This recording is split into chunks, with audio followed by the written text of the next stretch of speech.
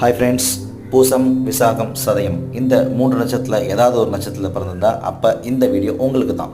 நீங்கள் யாருக்கிட்ட ரொம்ப ரொம்ப உஷாராக இருக்கணும் அப்படின்னு பார்த்தீங்கன்னா, திருவாதிரை, சுவாதி மற்றும் சதயம் இந்த நட்சத்திரத்தில் பிறந்தவங்கக்கிட்ட நீங்கள் ரொம்ப ரொம்ப உஷாராக இருக்கணும். அதுவும் குறிப்பாக தாத்தா பாட்டி, அதாவது தாய் வழி தாத்தா பாட்டிக்கிட்டேயும் மாமனார் மாமியார்கிட்டையும் ரொம்ப ரொம்ப உஷாரணும். அதே போல் நம்மளுக்கு தெரியாத ஸ்ட்ரேஞ்சர்ஸ் யாராச்சும் நம்மளை மீட் பண்ணாலோ, அவங்களுடைய ஃபோன் கால்ஸ் ஏதாச்சும் வந்தாலோ, குறிப்பாக ஃபாரின்லேருந்து வரவங்களுக்குலாம் நீங்கள் காண்டாக்ட் பண்ணுறப்ப ரொம்ப உஷாராக இருக்கணும். அதே போல் திடீரென்று ஒரு பண வரவு உங்களுக்கு வருது, லாட்ரி மூலயமா இல்லை ஷேர் மார்க்கெட் மூலயமா வருதுன்னா இதெல்லாம் ராகு சம்மந்தப்பட்ட விஷயம்னு அர்த்தம். ஸோ இதில் நீங்கள் ரொம்ப கவனமாக இருக்கணும். அதில் தான் நீங்கள் லாபமும் சம்பாதிக்கலாம், கீழே அடி வாங்குவீங்க.